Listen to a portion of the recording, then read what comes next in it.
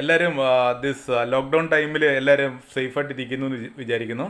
അപ്പോൾ ഈ വീഡിയോ ചെയ്യുന്നത് നമ്മളെ മൊബൈൽ ഫോണിനകത്ത് സിഗ്നൽ സ്ട്രെങ്ത് കാണിക്കുന്നിടത്ത് പല ഇംഗ്ലീഷ് ലെറ്റേഴ്സ് കാണാൻ പറ്റും. ക്യാപിറ്റൽ ഇ എന്ന് കാണാൻ പറ്റും, ക്യാപിറ്റൽ ജി കാണാൻ പറ്റും, ക്യാപിറ്റൽ എച്ച് കാണാൻ പറ്റും, എച്ച് പ്ലസ് കാണാൻ പറ്റും, LTE എന്ന് കാണാൻ പറ്റും.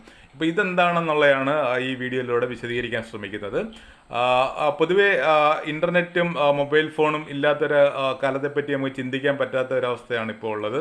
അത്രമാത്രം നമ്മുടെ ജീവിതത്തിൻ്റെ ഒരു ഭാഗമായി മാറിയിരിക്കുകയാണ് മൊബൈൽ ഫോണും ഇൻ്റർനെറ്റും. അപ്പോൾ ഇന്ത്യയിലെ ഇപ്പോഴത്തെ ഒരു സ്ഥിതി വിവര കണക്കുകൾ വെച്ച് നോക്കുകയാണെങ്കിൽ ഏകദേശം 118 കോടി ജനങ്ങൾ ടെലിഫോൺ നെറ്റ്വർക്ക് കണക്റ്റഡ് ആണ്. അത് ഏകദേശം അപ്പോൾ എന്ന് വെച്ചാൽ ടെലി ഡെൻസിറ്റി ഏകദേശം 92% ഉണ്ട്. ഡെൻസിറ്റി എന്ന് പറയുമ്പോൾ 100 പേരിൽ 92 പേരും ടെലിഫോൺ നെറ്റ്വർക്ക് ഉപയോഗിക്കുന്നവരാണ്. അതുകൊണ്ട് തന്നെ ഈ ഇൻ്റർനെറ്റിൽ ഇന്ത്യയിൽ കണക്ട് ചെയ്തിട്ടുള്ളത് 60 കോടി ജനങ്ങളാണ്, 69 കോടി ജനങ്ങളാണ്. അപ്പോൾ ഈ ഇൻ്റർനെറ്റ് ഉപയോഗത്തിലും ഈ ടെലിഫോൺ ഉപയോഗത്തിലും ലോകത്തെ രണ്ടാമത്തെ രാജ്യമാണ് ഇന്ത്യ. ഫസ്റ്റ് എന്ന കൺട്രി എന്ന് പറഞ്ഞാൽ ചൈനയാണ്. അത് കഴിഞ്ഞിട്ട് ഇന്ത്യയാണ് തൊട്ടടുത്ത സ്ഥാനത്ത് നിൽക്കുന്നത്. അതേപോലെ സ്മാർട്ട് ഫോൺസ് എന്നുള്ള സബ്സ്ക്രൈബേഴ്സ് അപ്രോക്സിമേറ്റ് കണക്കെന്ന് വെച്ചാൽ 89 കോടി ആൾക്കാരാണ്. അതേപോലെ സ്മാർട്ട് ഫോൺ ഉപയോഗിച്ചിട്ട് ആൾക്കാർ മൊബൈൽ ഇൻ്റർനെറ്റ് ഉപയോഗിക്കുന്നത് 40 കോടി ജനങ്ങളാണ്. അപ്പോൾ ബാക്കിയുള്ളവർ 89 കോടി ജനങ്ങളിൽ സ്മാർട്ട് ഫോൺസ് ഉപയോഗിക്കുന്നുണ്ട്, 118 കോടി ജനങ്ങൾക്ക് ടെലിഫോൺ നെറ്റ്വർക്ക് ഉണ്ട്. ഇതിൻ്റെ ഇടയ്ക്കുള്ളവർ ഉപയോഗിക്കുന്നത് ഒന്നീ ലാൻഡ് ഫോൺസ് ആയിരിക്കും, അല്ലെങ്കിൽ നമ്മൾ ആർട്ടിക്കിൾസ് വായിച്ചതനുസരിച്ച് ന്യൂസ് ഇൻ്റർനെറ്റിലൊക്കെ കണക്കുന്ന വാർത്ത അനുസരിച്ച് മോസ്റ്റ് ഓഫ് ദി ആൾക്കാർ ബേസിക് ഫോൺസാണ് ഉപയോഗിക്കുന്നത്. ഒന്നീതി ആളുകൾക്ക് ഡിജിറ്റൽ ലിറ്ററസിയുടെ കുറവ്, അല്ലെങ്കിൽ ഇത്ര അഫോർഡബിൾ ഇത്ര പൈസ കൊടുത്തിട്ട് ഏകദേശം ആവറേജ് 5,000 റുപ്പീസ് കൊടുത്തിട്ട് സ്മാർട്ട് ഫോൺ മേടിക്കാനുള്ള സാമ്പത്തിക ബുദ്ധിമുട്ട് കാരണമായിരിക്കും ഇത് ഉണ്ടായിരിക്കുന്നത്. അപ്പോൾ ഇതൊരു ഫണ്ടമെൻ്റൽ കാര്യമാണ്. അടുത്തത് എന്ന് പറയുന്നത് നമ്മൾ ഈ വയർലെസ് കമ്മ്യൂണിക്കേഷനെ 3ആയിട്ട് ഡിവൈഡ് ചെയ്തിട്ടുണ്ട് മെയിനായിട്ട്. ഫസ്റ്റ് എന്ന് പറഞ്ഞത് പേഴ്സണൽ ഏരിയ നെറ്റ്വർക്കിനകത്താണ് വരുന്നത് മെയിൻലി സിഗ്ബി എന്ന് പറഞ്ഞു വരും. സിഗ്ബി എന്ന് പറഞ്ഞാൽ KBPS-ലാണ്, കിലോ ബിറ്റ്സ് പെർ സെക്കൻഡിലാണ് അതിൻ്റെ സ്പീഡ് വരുന്നത്. ഏകദേശം 15 മീറ്ററോളം അതിൻ്റെ നമുക്ക് വയർലെസ് ആയിട്ട് നമുക്ക് രണ്ട് ഡിവൈസ് നമുക്ക് കണക്ട് ചെയ്യാൻ പറ്റും. അത് കഴിഞ്ഞിട്ട് പിന്നെ വരുന്നതാണ് ബ്ലൂടൂത്ത് വരുന്നുണ്ട്. ബ്ലൂടൂത്തിനകത്ത് ഏകദേശം Mbps സ്പീഡ് വരെ കിട്ടും. അത് 150 മീറ്റേഴ്സ് വരെ റേഞ്ച് അതിന് കിട്ടുന്നുണ്ട്. അത് കഴിഞ്ഞിട്ട് വരും ബ്ലൂടൂത്ത് 4.0 ഒക്കെ ഇപ്പം നമ്മൾ കേൾക്കുന്നുണ്ട്. അത് കഴിഞ്ഞിട്ട് പിന്നെ പേഴ്സണൽ ഏരിയ നെറ്റ്വർക്കിൽ വരുന്നതാണ് വൈഫൈയുടെ നിങ്ങൾക്ക് എല്ലാവർക്കും വളരെ സുപരിചിതമായിരിക്കും. വൈഫൈ ഇത് Mbps മെഗാബിറ്റ്സ് പെർ സെക്കൻഡ് സ്പീഡിലാണ് വർക്ക് ചെയ്യുന്നത്. അപ്പോൾ ഇതാണ് പേഴ്സണൽ ഏരിയ നെറ്റ്വർക്ക്. അടുത്തതാണ് വൈഡ് ഏരിയ നെറ്റ്വർക്കിലാണ് നമ്മുടെ ഈ സെല്ലുലാർ മൊബൈൽ കമ്മ്യൂണിക്കേഷൻസ്, വയർലെസ് കമ്മ്യൂണിക്കേഷനിനകത്ത് സെല്ലുലാർ മൊബൈൽ കമ്മ്യൂണിക്കേഷൻ വരുന്നത് ഈ വൈഡ് ഏരിയ നെറ്റ്വർക്കിനകത്താണ്. 2 ടെക്നോളജി അതിനകത്ത് ഉപയോഗിക്കുന്നുണ്ട്. GSM ഉപയോഗിക്കുന്നുണ്ട്, CDMA ഉപയോഗിക്കുന്നുണ്ട്. GSM എന്ന് പറഞ്ഞാൽ global system for mobile communication, CDMA എന്ന് പറഞ്ഞാൽ കോഡ് ഡിവിഷൻ മൾട്ടിപ്ലക്സസ്. അപ്പോൾ ഇത് രണ്ടും ഉപയോഗിക്കുന്നുണ്ട്. അപ്പോൾ അതിൻ്റെ ഏകദേശ ഇത് റേഞ്ച് എന്ന് പറയുന്നത് 15 കിലോമീറ്റർ ആണ്. അപ്പോൾ അതിനകത്ത് നമ്മളിപ്പോൾ ഫസ്റ്റ് എയർ ഇൻ്റർഫേസ് എന്ന് പറയുന്നത് ദിസ് മൊബൈൽ ടവർ ആണ് ഏറ്റവും അടുത്തുള്ളത്. ബേസ് സ്റ്റേഷൻ എന്ന് പറയും. അപ്പം നമുക്ക് നിൽക്കുന്ന സ്ഥലത്ത് ഒരു ബേസ് സ്റ്റേഷൻ ഉണ്ടാകും. ഒരുപാട് ബേസ് സ്റ്റേഷൻ ഒരു MSCയിൽ കണക്ട് ചെയ്യും. അപ്പം ആ MSCയുടെ ആ ഏരിയയിലുള്ള ബേസ് സ്റ്റേഷനിലോട്ടാണെങ്കിൽ നേരെ നമ്മുടെ കോള് നേരെ ബേസ് സ്റ്റേഷനിൽ പോയി, ബേസ് സ്റ്റേഷനിൽ നിന്ന് താഴോട്ട് വന്നു. അവിടുന്ന് ഓപ്റ്റിക്കൽ ഫൈബർ വഴിയാണ് അടുത്ത MSC ചെന്നിട്ട് അടുത്ത ബേസ് സ്റ്റേഷൻ ചെയ്യുന്നത്. അല്ലെങ്കിൽ വേറെ ലൊക്കേഷനിൽ നിൽക്കുകയാണെന്നുണ്ടെങ്കിൽ അടുത്ത MSCയിലോട്ട് കണക്ട് ചെയ്തിട്ട് അവിടുത്തെ കറസ്പോണ്ടിങ് ബേസ് സ്റ്റേഷനിലോട്ട് കണക്ഷൻ ലിങ്ക് എസ്റ്റാബ്ലിഷ് ചെയ്യുന്നത് ഈ ഓപ്റ്റിക്കൽ ഫൈബർ വഴിയാണ്. ഓപ്റ്റിക്കൽ ഫൈബറിൻ്റെ അഡ്വാൻറ്റേജൊക്കെ കഴിഞ്ഞ വീഡിയോസിലൊക്കെ ഞാൻ പറഞ്ഞിട്ടുണ്ട്. അപ്പോൾ ഈ ഓപ്റ്റിക്കൽ ഫൈബർ ലേയിങ് നടത്തുന്നത് ഇന്ത്യ ഗവൺമെൻറ് ഒരു സ്ഥാപനമായ BBNL ആണ്, ഭാരത് ബ്രോഡ്ബാൻഡ് നെറ്റ്വർക്ക് ലിമിറ്റഡ്. അല്ലെങ്കിൽ അതിൻ്റെ കൂടെ തന്നെ NOFN ഉണ്ട്, നാഷണൽ ഓപ്റ്റിക്കൽ ഫൈബർ നെറ്റ്വർക്കിംഗ് എന്ന് പറഞ്ഞിട്ട് ഇതുണ്ട്. അവർ രണ്ടുപേരുടെ സൈറ്റിൽ പോയെങ്കിൽ നിങ്ങൾക്ക് കാണാം. അതിനകത്ത് ഈ ഗ്രാമപഞ്ചായത്തുകൾ GPs എന്ന് പറയും. അതിനകത്ത് എഴുതിയിരിക്കുന്ന GPs ആണ്. ഇത്ര ഗ്രാമപഞ്ചായത്തുകൾ ആ സോൺ 2019 മാർച്ചിൽ ഇത്ര ചെയ്തിട്ടുണ്ട്. 2020 മാർച്ചിൽ വരാൻ പറ്റത്തില്ല, ഈ കോവിഡ് കാരണം കൊണ്ട് പറ്റാതിരിക്കാനുള്ള ചാൻസ് കൂടുതലാണ്. അപ്പോൾ എത്ര നമ്മൾ ആ ഡീറ്റെയിൽസ് അതിനകത്ത് കിട്ടും. എത്ര കിലോമീറ്റർ ഓപ്റ്റിക്കൽ ഫൈബർ അതിനകത്ത് ആൾറെഡി നമ്മൾ ലേ ചെയ്തിട്ടുണ്ട്. അപ്പം ഈ എല്ലാം ചെയ്യുന്നത് BBNL ആണ്. അപ്പോൾ ഇതിൻ്റെ ബാക്ക് ബോൺ, നമ്മുടെ ടെലികമ്മ്യൂണിക്കേഷൻ ബാക്ക് ബോൺ എന്ന് പറയുന്നത് ഈ ഓപ്റ്റിക്കൽ ഫൈബറാണ്. ഓക്കെ, ഇവിടുന്ന് ഇപ്പോൾ നമ്മൾ suppose we are making a call from Trivandrum to this Bombay, the communication is established through this optical fibers, right? So ഈ നമ്മൾ ഈ ടെലികമ്മ്യൂണിക്കേഷൻ ഏകദേശം 8.2 GDP ആണ് നമ്മുടെ രാജ്യത്തിന്. GDP നാഷണൽ GDPയുടെ 8.2 എന്ന് പറയുന്നത് coming from this telecommunication network. Suppose നമ്മൾ 10%, ഇപ്പോൾ ഉള്ളതിൻ്റെ 10% നെറ്റ്വർക്കിങ്ങൂടെ, ബ്രോഡ്ബാൻഡ് നെറ്റ്വർക്കിങ്ങൂടെ കവറേജ് കൂട്ടിക്കഴിഞ്ഞാൽ നമ്മുടെ GDPയിൽ 1.3% ഡിഫറൻസ് വരുമെന്നാണ് നമ്മൾ ആർട്ടിക്കിൾസിലെല്ലാം വായിച്ചിട്ടുള്ളത്. അതുകൊണ്ട് തന്നെ ഈ വർക്ക് ചെയ്യാനുള്ള ടെലികമ്മ്യൂണിക്കേഷൻ വർക്ക് ചെയ്യാനുള്ള ആ സ്പെക്ട്രം കൊടുക്കുന്നത് ട്രായ് ആണ്, telecom regulatory authority of India. അത് ഒരു സ്റ്റാറ്റ്യൂട്ടറി ഇൻസ്റ്റിറ്റ്യൂട്ടാണ്, ഒരു സ്വയംഭരണ സ്ഥാപനമാണ്. അവരാണ് ഇതിൻ്റെ ടാരിഫ് നിശ്ചയിക്കുന്നത്, കോൾ റേറ്റ് നിശ്ചയിക്കുന്നത്, സ്പെക്ട്രം അലോക്കേറ്റ് ചെയ്യുന്നത്. അതേപോലെ തന്നെ അതിൽ കൂടുതൽ ഒത്തിരി കാര്യങ്ങൾ അവർ ചെയ്യുന്നുണ്ട്. FM റേഡിയോ ലൈസൻസ് കൊടുക്കുന്നുണ്ട്, പിന്നെ കേബിൾ TV ഓപ്പറേറ്റേഴ്സ്, സാറ്റലൈറ്റ് ലിങ്കിൻ്റെ operator. So a lot of things are doing. അവരുടെ നിർദ്ദേശം അനുസരിച്ചാണ് ഡിപ്പാർട്ട്മെൻറ്റ് ഓഫ് ഡോട്ട് പ്രവർത്തിക്കുന്നത്. അത് മിനിസ്ട്രി ഓഫ് ടെലികമ്മ്യൂണിക്കേഷൻ്റെ കീഴിലാണ് ഡോട്ട് വരുന്നത്. So that is wide area network. അടുത്തുള്ളതാണ് റീജിയണൽ ഏരിയ നെറ്റ്വർക്ക്, RIN എന്ന് പറയും.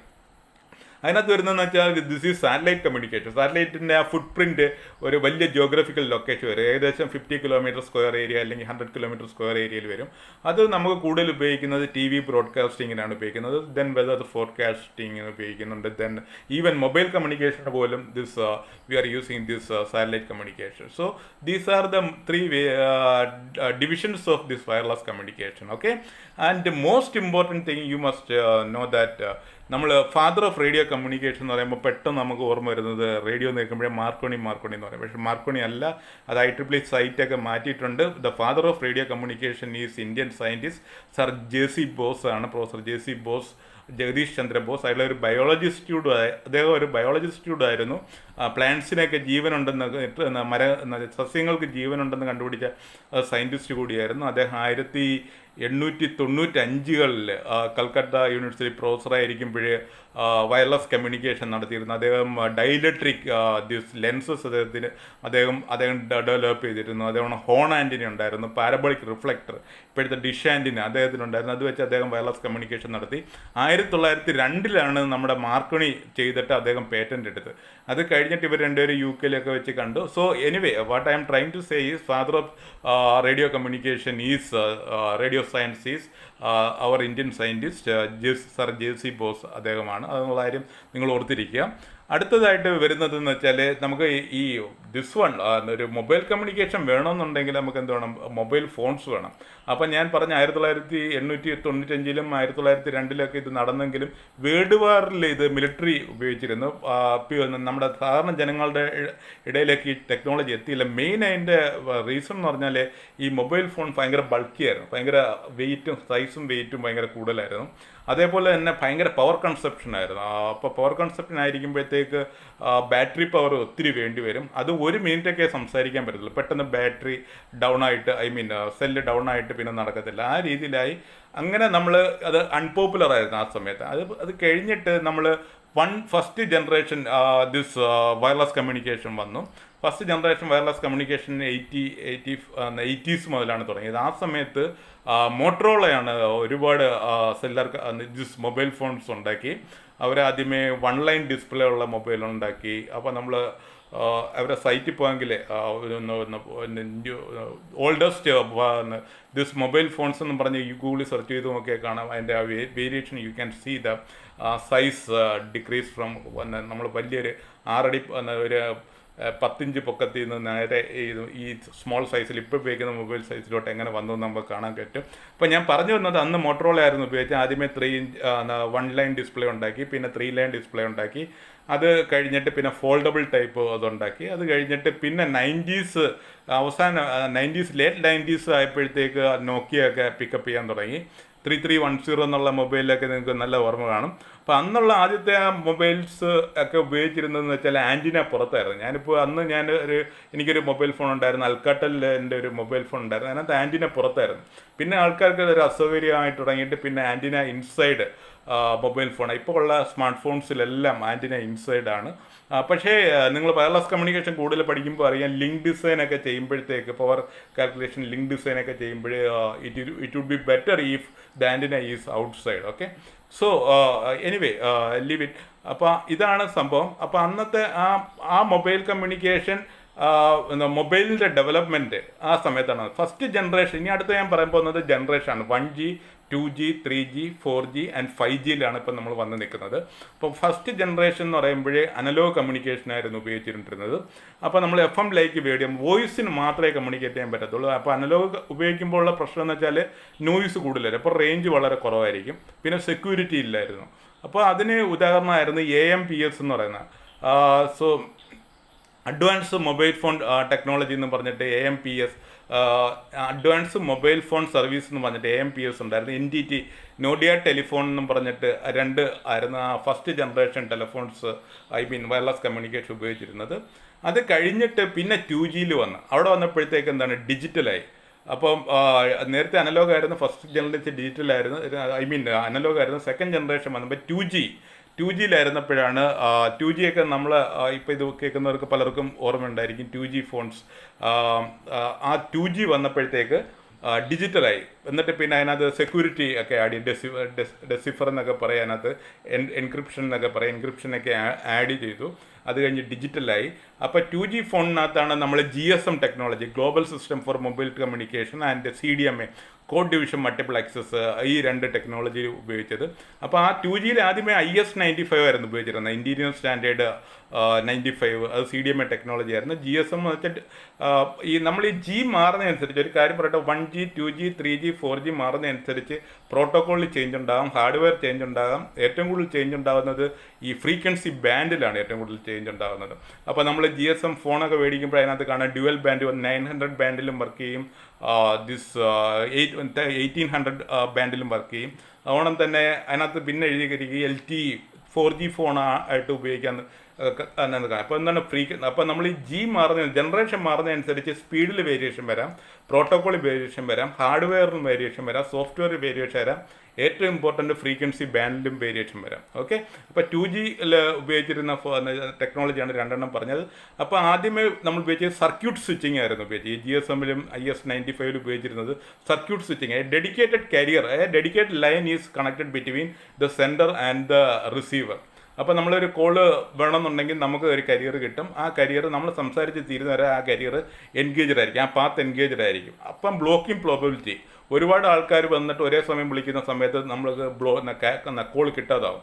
അപ്പോൾ അത് കഴിഞ്ഞപ്പോഴാണ് പിന്നെ പാക്കറ്റ് സ്വിച്ചിങ്ങിലേക്ക് വന്നത്. അതാണ് 2.5Gയിൽ വന്നത്. അപ്പോൾ 1Gയിലെ സ്പീഡ് 2Gയിലെ സ്പീഡ് എന്ന് പറയുമ്പോഴത്തേക്ക് ഏകദേശം 9.8 kbps മാത്രമായിരുന്നു, കിലോ ബിറ്റ്സ് പെർ സെക്കൻഡ് ആയിരുന്നു. അപ്പോൾ 2.5G വന്നപ്പോഴാണ് 5Gയിലാണ് നമുക്ക് GPRS വന്നത്, ജനറൽ പാക്കറ്റ് റേഡിയോ സർവീസ് വന്നത്, പാക്കറ്റ് സ്വിച്ചിങ് വന്നു. സർക്യൂട്ട് സ്വിച്ചിങ് മാറിയിട്ട് നേരെ പാക്കറ്റ് സ്വിച്ചിങ്ങിലാക്കി. Packets means all information is converted into small packets, right? So അതിനകത്ത് payload information, payload means information കാണും, ഒരു ഹെഡർ കാണും, എൻ്റെ ഡെസ്റ്റിനേഷൻ അഡ്രസ്സ് കാണും, പിന്നെ എറർ കറക്റ്റിംഗ് കോഡ് CRC കാണും. So you will study more details if you get into more details into packets, how packets is routing, all those things. Okay, അപ്പോൾ ആ packet GPRS വന്നു. അപ്പോൾ GPRSൻ്റെ speed ഏകദേശം 100 kbps ആണ്. 1999 തൊട്ട് 2000 ഗ്ലോബൽ സിനാരിയിലാണ് പറയുന്നത്.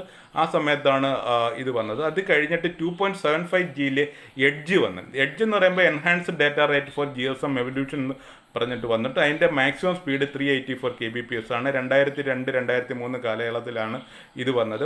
അപ്പോൾ ഈ GPRS ആണ് ഈ സിഗ്നൽ സ്ട്രെങ്ത് കാണിക്കുന്നിടത്ത് G ആയിട്ട് കാണിക്കുന്നത്. അതുകൊണ്ട് തന്നെ മൊബൈൽ ഫോണിൽ സിഗ്നൽ സ്ട്രെങ്ത് കാണിക്കുന്നിടത്ത് ദിസ് കാണിക്കുന്നത് എഡ്ജ് ആണ്. ഓക്കെ, അതേപോലെ ഇതാണ് ഇപ്പം 2Gയിലുള്ളത്. 2Gയിലുള്ളത് 2G ഉണ്ട്, 2.5G ഉണ്ട്, 2.75G ഉണ്ട്. ഓക്കെ, അത് അടുത്ത ജനറേഷനാണ് 3G വന്നത്. 3G ആണ് ഇപ്പം മൊബൈൽ ഓൾമോസ്റ്റ് കേരളത്തിലെ മിക്കവാറുള്ളവരെല്ലാം ദിസ് റിലയൻസ്.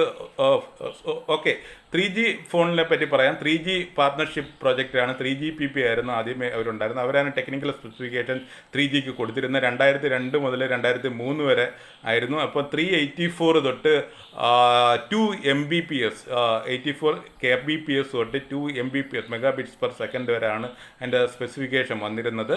അത് 3GP പാർട്ണർഷിപ്പ് പ്രോജക്റ്റിലായിരുന്നു വന്നിരുന്നത്. അവർ ഈ 3Gയുടെ ടെക്നിക്കൽ സ്പെസിഫിക്കേഷൻ വന്നെങ്കിൽ പോലും ഈ 2Gയുടെയും 2.5 GPRSൻ്റെ എഡ്ജിൻ്റെ സ്പെസിഫിക്കേഷൻ പിന്നെ വീണ്ടും അവർ ചെയ്തിട്ടുണ്ടായി. ആസ് പെർ ITU ഈ ഇൻ്റർനാഷണൽ ടെലികമ്മ്യൂണിക്കേഷൻ യൂണിയൻ്റെ നിർദ്ദേശപ്രകാരം അത് ഏറ്റെടുക്കുകയുണ്ടായി. അത് കഴിഞ്ഞിട്ട് 3.5G വന്നു. അതിനകത്താണ് HSPA എന്ന് പറയുന്നത്. HSPA high speed packet access. അതിനകത്ത് DPA ഉണ്ട്, HSUPA ഉണ്ട്. HSDPA എന്ന് വെച്ചാൽ ഹൈ സ്പീഡ് ഡൗൺലോഡ് പാക്കറ്റ് ആക്സസും high speed upload packet access. ഇതിനെ കമ്പൈൻ ചെയ്തിട്ടാണ് ഹൈ സ്പീഡ് പാക്കറ്റ് ആക്സസ് എന്ന് പറയുന്നത്. അത് 3.5Gക്കകത്ത് വന്നതാണ്. അതിൻ്റെ കൂടെ HSPA+ വന്നിട്ടുണ്ടായിരുന്നു. അപ്പം HSPA+, അതിൻ്റെ കൂടെ വന്ന എൻ്റെ CDMA കറസ്പോണ്ടിങ് ആണ് evolution data optimisation EV1X EVDO എന്നും പറഞ്ഞിട്ട് നിങ്ങൾക്ക് CDMA മൊബൈൽസ് ഉപയോഗിച്ചവർക്ക് അറിയാൻ പറ്റും. അതുകൊണ്ട് തന്നെ 1X EVDV എന്ന് പറഞ്ഞ് ഡേറ്റ ആൻഡ് വോളിയം വന്നത്. മറ്റേത് ഡേറ്റ ഓപ്റ്റിമം ഡേറ്റ ഉള്ളി എന്ന് DO എന്നായിരുന്നു. ഇത് DV എന്ന് വന്നു, വോളിയം വന്നു. അതിൻ്റെ സ്പീഡ് ഏകദേശം 2 to 14 MBPS വരെ വന്നു. അപ്പോൾ 3G ആദ്യമേ വന്ന സ്പീഡ് എന്ന് പറഞ്ഞാൽ 384 മുതൽ 2 MBPS വരെ ആയിരുന്നു. ഈ 3.5യുടെ സ്പീഡ് 2 മുതൽ 14 MBPS വരെ വന്നു. അപ്പോൾ ഇതാണ് 3G എന്ന് പറയുന്നത്. അത് കഴിഞ്ഞിട്ട് പിന്നെ വരുന്ന ജനറേഷനാണ് 4G. ഇപ്പം നമുക്ക് 4G ആണ് ഇപ്പോൾ ഇന്ത്യയിൽ ഏറ്റവും കൂടുതൽ നിൽക്കുന്നത്. ഏറ്റവും കൂടുതൽ പ്രൊവൈഡ് ചെയ്യുന്നത് ജിയോ ആണ്. ജിയോ ഉള്ള സ്ഥലങ്ങളിൽ 4G നെറ്റ്വർക്ക് കൊടുത്തിട്ടുണ്ട്. അവരെ നമ്മളിപ്പം ഇൻ്റർനെറ്റ് സെർച്ച് ചെയ്യുകയാണെന്നുണ്ടെങ്കിൽ 92% ജിയോ സബ്സ്ക്രൈബേഴ്സും 4G എൻജോയ് ചെയ്യുന്നുണ്ട്. അതേപോലെ എയർടെൽ എൻജോയ് ചെയ്യുന്നുണ്ട്. എയർടെല്ലിലെ 3G സ്റ്റേഷൻസ് എല്ലാം ഷട്ട് ഡൗൺ ചെയ്യാൻ പോകണമെന്നൊക്കെ നമ്മൾ ഇൻ്റർനെറ്റ് ജസ്റ്റ് നോക്കിക്കഴിഞ്ഞാൽ ഇതെല്ലാം നമുക്ക് കാണാൻ പറ്റും. അപ്പോൾ 4G സ്പീഡ് എന്ന് പറയുന്നത് 1000 MBPS ഡൗൺലോഡ് സ്പീഡും 500 MBPS അപ്ലോഡ് സ്പീഡുമാണ്. അപ്പോൾ ഈ സ്പീഡിൽ എത്താൻ ഇതാണ് ഐഡിയൽ കേസ്. പക്ഷേ ഈ സ്പീഡിൽ എത്താൻ പറ്റാത്തതുകൊണ്ട് നമ്മൾ 4GLTE ലോങ് ടൈം എവല്യൂഷൻ എന്ന് പറഞ്ഞിട്ട് 4GLTE എന്നുവെച്ചാൽ 3Gയെക്കാട്ടി മച്ച് ഹയർ സ്പീഡുണ്ട്. But we are not reaching up to 4G. അതിന് വേണ്ടിയിട്ടാണ് 4GLTE ആൻഡ് 4GLTE+ എന്നുള്ളത് വരുന്നത്. അപ്പോൾ 4GLTEയുടെ സ്പീഡ് ഓൾമോസ്റ്റ് സ്പെസിഫിക്കേഷൻ എന്ന് പറയുന്നത് 100 MBPS ഡൗണും 50 MBPS അപ്വേർഡുമാണ്. ആവറേജ് സ്പീഡ് 5.3 MBPS വരുന്നുണ്ട്. അപ്പം അതാണ് LTE എന്ന് പറയുന്നത്. അപ്പോൾ ഇതുപോലെ നമ്മൾ പറഞ്ഞുകൊണ്ടിരിക്കുമ്പോൾ ഇപ്പോൾ 3G ഉപയോഗിക്കുന്ന ഫോണിനകത്ത് നമ്മൾ കാണാറുണ്ട് ഈ പെട്ടെന്നൊരു കോൾ നമ്മൾ ഡേറ്റ ഉപയോഗിച്ചുകൊണ്ടിരിക്കുക. Suppose we are watching a YouTube video, then suddenly a incoming call is coming, that video stops, right? There is buffering ആയിട്ടാണ്. എന്ന് വെച്ചാൽ ഡേറ്റ കുറഞ്ഞിട്ട് നമുക്ക് മാക്സിമം ക്ലാരിറ്റിയിൽ വോയിസ് കിട്ടാൻ വേണ്ടിയിട്ട് അവിടെ ആ ഡേറ്റ സ്റ്റോപ്പ് ചെയ്തിട്ട് വോയിസിന് കൊടുക്കുക. വോയിസ് ഈസ് നമ്മൾ നേരത്തെ പറഞ്ഞോളൂ സർക്യൂട്ട് സ്വിച്ചിങ് ആണ്, ഡേറ്റ പാക്കറ്റ് സ്വിച്ചിങ് ആണ്. അപ്പോൾ ഈ 4Gയിൽ വന്നപ്പോഴത്തെ ദിസ് വോൾട്ട് എന്ന് പറഞ്ഞിട്ട് VoLTE വോയിസ് ഓവർ LTE. അപ്പോൾ packet this data and voice both are transmitted in the form of packets. അപ്പോഴാണ് വോൾട്ട് ഉള്ളത് വോയിസ് ഓവർ LTE എന്ന് വെച്ചാൽ ബെറ്റർ ക്ലാരിറ്റി കിട്ടും. ആ സമയം അതിൻ്റെ at the same time data കട്ടാകത്തില്ല. അപ്പോൾ വോൾട്ടിന് ഇഷ്ടം പോലെ സ്കൈപ്പ് വോൾട്ടാണ്, ദെൻ നമ്മൾ ദിസ് വാട്സപ്പ് കോൾ വോൾട്ടാണ്, ദെൻ മെസ്സഞ്ചർ വഴി ഫേസ്ബുക്ക് വഴി കോൾ ചെയ്യുന്നത് വോൾട്ടാണ്. These things are VoLTE. അപ്പോൾ ഇതാണ് 4G വരെയുള്ളത്. 5G എന്ന് പറയുന്നത് ഒരു ബെറ്റർ പെർസ്പെക്റ്റീവിലാണ് നമ്മൾ എടുത്തേക്കുന്നത്. അത് 5G നമ്മൾ ഇപ്പോൾ US പല സ്റ്റേറ്റ്സിലും ഉണ്ട്. ദെൻ സൗത്ത് കൊറിയയിൽ ഉണ്ട്, അതുകൊണ്ട് ചൈനയിലുണ്ട്. ഇന്ത്യയിൽ അത് വന്നിട്ടില്ല. ഇന്ത്യയിൽ 2022 വരുമെന്നാണ് അറിയാൻ കഴിയുന്നത്, നമ്മൾ വായിച്ചറിയാൻ കഴിയുന്നത്. മെയിൻലി ബിക്കോസ് നേരത്തെ ഞാൻ പറഞ്ഞു spectrum, bandwidth and this frequency allocation and frequency band. അപ്പോൾ ആ ഫ്രീക്വൻസി ബാൻഡിനെ നമുക്ക് സ്പെക്ട്രം അലോക്കേറ്റ് ചെയ്യുന്ന ട്രൈ നിങ്ങൾക്ക് ഒരുപാട് പേപ്പർ വായിച്ചിട്ടുണ്ടാകും. Telecom regulatory authority of India നേരത്തെ ഞാൻ പറഞ്ഞെന്ന് തോന്നുന്നു. അപ്പോൾ ട്രൈ ആണ് സ്പെക്ട്രം അലോക്കേറ്റ് ചെയ്യുന്നത്. അപ്പം 10 MHz സ്പെക്ട്രത്തിന് ഇപ്പോൾ നമുക്ക് 100 MHz സ്പെക്ട്രം ഈ 5Gക്ക് വേണമെന്നാണ് ഞാൻ വായിച്ചിട്ടുള്ളത്. അപ്പോൾ ആ 10 MHz സ്പെക്ട്രത്തിന് തന്നെ ഏകദേശം 492 കോടി രൂപയാണ്. എന്ന് വെച്ചാൽ 500 കോടി രൂപ എടുക്കുകയാണെങ്കിൽ 50,000 കോടി രൂപ ഉണ്ടെങ്കിൽ നമുക്ക് 100 MHz സ്പെക്ട്രം എടുത്തിട്ട് 5G കണക്ഷൻ കൊടുക്കാൻ പറ്റും. അത്രത്തോളം ഇൻവെസ്റ്റ്മെൻറ്റ് ആവശ്യമുള്ളൊരു ഇതാണ്. അപ്പോൾ ഈ 5G ടെസ്റ്റ് ബെഡൊക്കെ IIT മദ്രാസിലൊക്കെ ഉണ്ടെന്നൊക്കെ നിങ്ങൾ ന്യൂസ് പേപ്പറിൽ ടെസ്റ്റിംഗ് നടന്നുകൊണ്ടിരിക്കുന്നു. അപ്പോൾ അതിനകത്ത് ഒരിതുണ്ടെന്ന് നിങ്ങൾ അറിഞ്ഞു. അപ്പം ഏറ്റവും ഇപ്പോഴത്തെ കേരളത്തിൽ ഇപ്പം 4G കണക്ഷൻ, ഇപ്പം ഞാൻ നേരെ തിരിച്ച് 4Gയിലേക്ക് പോവാണ്. കേരളത്തിൽ 4G കണക്ഷൻ ആദ്യമേ കൊടുത്തത് ഈ ഉടുമ്പൻചോല, ഇടുക്കിയിലെ ഉടുമ്പൻചോലയിലായിരുന്നു. അത് കഴിഞ്ഞിട്ട് നേരെ BSNLൻ്റെ കാര്യമാണ് പറയുന്നത്. അപ്പോൾ അത് കഴിഞ്ഞിട്ട് നേരെ തൃശ്ശൂർ കൊടുത്തു, അത് കഴിഞ്ഞിട്ട് മറ്റ് മെട്രോയിൽ കൊടുത്തു. അപ്പോൾ മെയിൻ പ്രശ്നം എന്ന് വെച്ചാൽ എല്ലായിടത്തും 4G കൊടുക്കാൻ BSNL കൊടുക്കാൻ പറ്റാത്തതിൻ്റെ മെയിൻ റീസൺ എന്ന് പറയുന്നത് ഈ 3G. അപ്പം നമ്മൾ നേരത്തെ ഞാൻ പറഞ്ഞു, ഒരു ജനറേഷൻ അടുത്ത ജനറേഷനിലോട്ട് പോകുമ്പോഴേ ഫ്രീക്വൻസി ബാൻഡ് മാറും, സോഫ്റ്റ്വെയർ മാറും, പ്രോട്ടോക്കോൾ മാറും, സ്പീഡ് ചേഞ്ചസ് വരും. അപ്പോൾ ഈസിലി അപ്ഗ്രേഡ് ഇതിന് ഈ സർവീസ് ഈ ഇക്വിപ്മെൻറ്റ്സ് പ്രൊവൈഡ് ചെയ്യുന്നത് ദിസ് നോക്കിയ അല്ലെങ്കിൽ സാംസങ്, ദെൻ ദിസ് എറിക്സൺ പോലുള്ള കമ്പനികളാണ്. അപ്പോൾ ഈസിലി അപ്ഗ്രേഡ് ചെയ്യാൻ പറ്റുന്ന കാര്യങ്ങൾ അവിടെ എല്ലാം അവർ അപ്ഗ്രേഡ് ചെയ്തിട്ട് നേരെ 4Gയിലോട്ട് കൊടുത്തു. ബാക്കിയുള്ളിടത്ത് ഇനി പുതിയ ഇക്വിപ്മെൻറ്റ്സ് വരണം, അല്ലെ വന്നിട്ടുണ്ട്, അത് ഇനി ഇൻസ്റ്റാൾ ചെയ്താൽ മാത്രമേ ഇത് കൊടുക്കാൻ പറ്റത്തുള്ളൂ. അപ്പോൾ 5Gയിലേക്ക് ഞാൻ വീണ്ടും പോവുകയാണ്. 5Gയിലേക്ക് പോകുമ്പോഴേ ഏറ്റവും നമ്മൾ പറയുന്നത് വലിയൊരു this is not only limited to telecommunication service but also is extended to this manufacturing industry as well, right? So എന്താ കാരണം എന്ന് വെച്ചാൽ ഈ 5G ലേറ്റൻസി വളരെ കുറവാണ്. അതിൻ്റെ സ്പീഡ് ഏകദേശം പറയുന്നത് 5Gയിൽ പറയുന്നത് 500 times faster than this 4G ആണ്. നേരത്തെ 4Gയുടെ ഞാൻ സ്പീഡ് പറഞ്ഞായിരുന്നു, 1000 Mbps ഡൗണും 500 Mbps അപ്പും ആണ് അതിൻ്റെ സ്പീഡ്. അതിനെക്കാട്ടി ഒരു 500 times കൂടുതലാണ്. എന്നുവെച്ചാൽ 20 Gbps ഡൗൺലോഡ് സ്പീഡും ഏകദേശം 2 Gbps അപ്ലോഡ് സ്പീഡും കിട്ടണം. ഒരു ആവറേജ് 7.5 Gbps കിട്ടക്കത്ത രീതിയിലാണ് ഇത് ചെയ്തേക്കുന്നത്. അപ്പം ആ ഒരു ഇത് കിട്ടണമെന്നുണ്ടെങ്കിൽ ഭയങ്കര, നമ്മളിപ്പോൾ അറിയാം, ഒരു ഹൈ ഡെഫിനിഷൻ ഒരു ഫിലിം, ഒരു മൂവി നമുക്ക് ഇതൊരു DVD ഡിസ്ക് കിട്ടുവാണെങ്കിൽ 4.7 GB, റൈറ്റ്? ഒരു സൈസ് ഓഫ് 1 DVD. അങ്ങനെയാണെങ്കിൽ ഒരു 5-6 മൂവീസ് 1 സെക്കൻഡിനുള്ളിൽ ഡൗൺലോഡ് ചെയ്യാൻ പറ്റുന്ന സ്പീഡാണ് ഈ 5G തരാൻ പോകുന്നത്. ഓക്കെ, അപ്പോൾ ഇത്രയാണ് എനിക്ക് പറയാനുള്ളത്. അതിനകത്ത് 4Gക്കകത്ത് ഇപ്പം നമ്മൾ നിൽക്കുന്ന 4Gയിലായതുകൊണ്ട് 4Gയിലൊരു മാജിക് വേർഡ് ഉണ്ട്. അതിൻ്റെ പേര് തന്നെ മാജിക് എന്നാണ്. This is MAGIC. This M stand for mobile multimedia, and A for anywhere any time, and this G for global mobility, I for integrated wireless solutions, and C for customer personal service. അപ്പോൾ ഈ 4Gയിലാണ് ഇപ്പം നമ്മൾ ഇന്ത്യയിൽ നിൽക്കുന്നത്. 5Gയിലേക്ക് നമ്മൾ 2022 വരും. അപ്പം 2023 ആയിരിക്കുമ്പോഴത്തേക്ക് ലോകത്തിൻ്റെ 2/3 കൺട്രീസ് ഭാഗങ്ങളും 5Gയുടെ കവറേജിൽ വരും. ഏകദേശം $13.2 ട്രില്യൺ ആണ് ഇതിനകത്ത് നിന്നുള്ള വരുമാനം പ്രതീക്ഷിക്കുന്നത്. 1 trillion means 1 lakh crore, right? അത്രയും വരുമാനമാണ് ഇതിനകത്ത് നിന്ന് നമ്മൾ പ്രതീക്ഷിക്കുന്നത്. അപ്പോൾ ഇത്രയുള്ള ഞാൻ പറയാൻ. അപ്പോൾ എൻ്റെ ആ മെയിൻ പോയിന്റ് കഴിഞ്ഞു. അപ്പോൾ ആ മൊബൈൽ ഫോണിനകത്ത് ആ സിഗ്നൽ സ്ട്രെങ്ത് കാണിക്കുന്നിടത്ത് G കാണിക്കുകയാണെങ്കിൽ അർത്ഥം GPRS എന്നാണ് സ്പീഡ്. E കാണിക്കുകയാണെങ്കിൽ എഡ്ജ് സ്പീഡാണ്. H കാണിക്കുകയാണെങ്കിൽ HSPA സ്പീഡാണ്. H+ കാണിക്കുകയാണെങ്കിൽ HSPA+ സ്പീഡാണ്. LTE കാണിക്കുകയാണെങ്കിൽ 4G അല്ല, 4G എന്നാണ് അവർ അഡ്വർടൈസ് ചെയ്യുന്നെങ്കിലും ദിസ് ഈസ് നോട്ട് 4G. 4Gയിലേക്ക് എത്താനുള്ള LTE ലോങ് ടൈം എവല്യൂഷൻ എന്നാണ് പറയുന്നത്. അപ്പോൾ അതിലേക്ക് LTE ഓർ LTE അഡ്വാൻസ്ഡ് കാണാം. ഓക്കെ, ഇത്രയുമാണ് പറയാനുള്ളത്. പിന്നെ നിങ്ങളുടെ സ്റ്റുഡൻസിനോട് എനിക്ക് പറയാനുള്ള ഒരു റീസണുണ്ട്.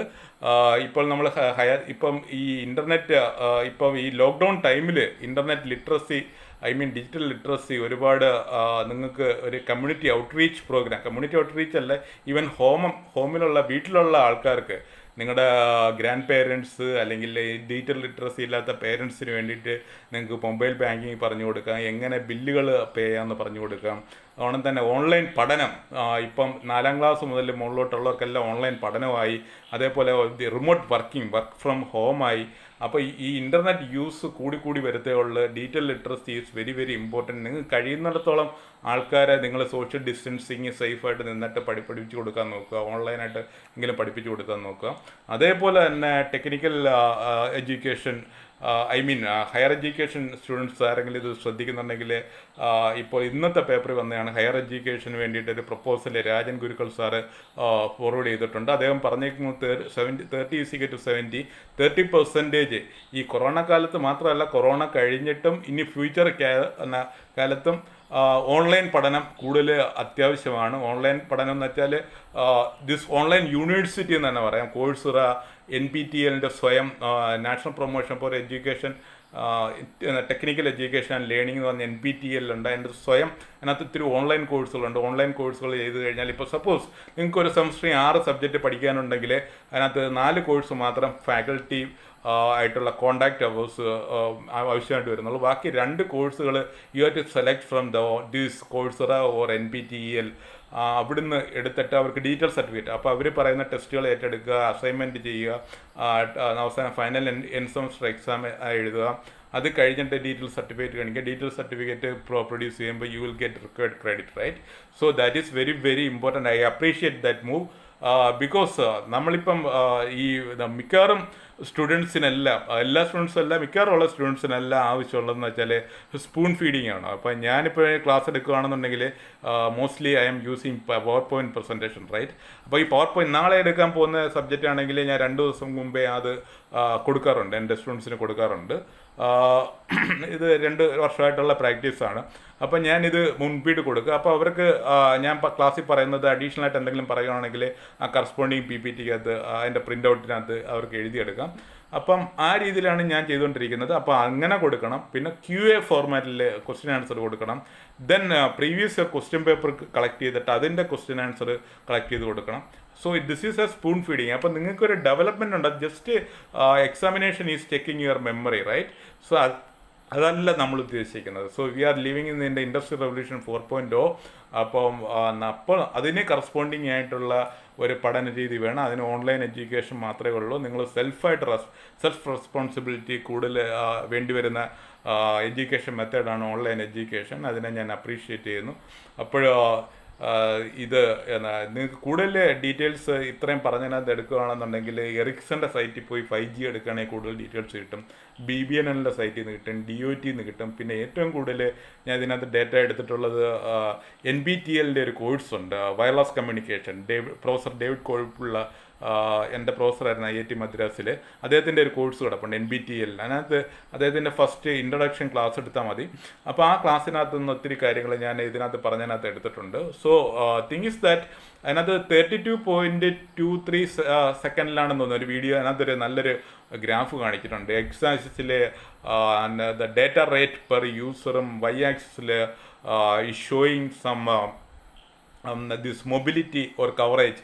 അപ്പോൾ ആദ്യം 1G എവിടെ വന്നു, 2G എവിടെ വന്നു, 3G എവിടെ വന്നു, 3.5G എവിടെ വന്നു, ഇതെല്ലാം കാണിച്ചിട്ടുണ്ട്. അപ്പോൾ ഇത്രയൂടെ കാണുകയാണെങ്കിൽ നിങ്ങൾക്കൊരു നല്ല ഐഡിയ കിട്ടും. I hope I conveyed the information. Thank you for watching. Bye bye.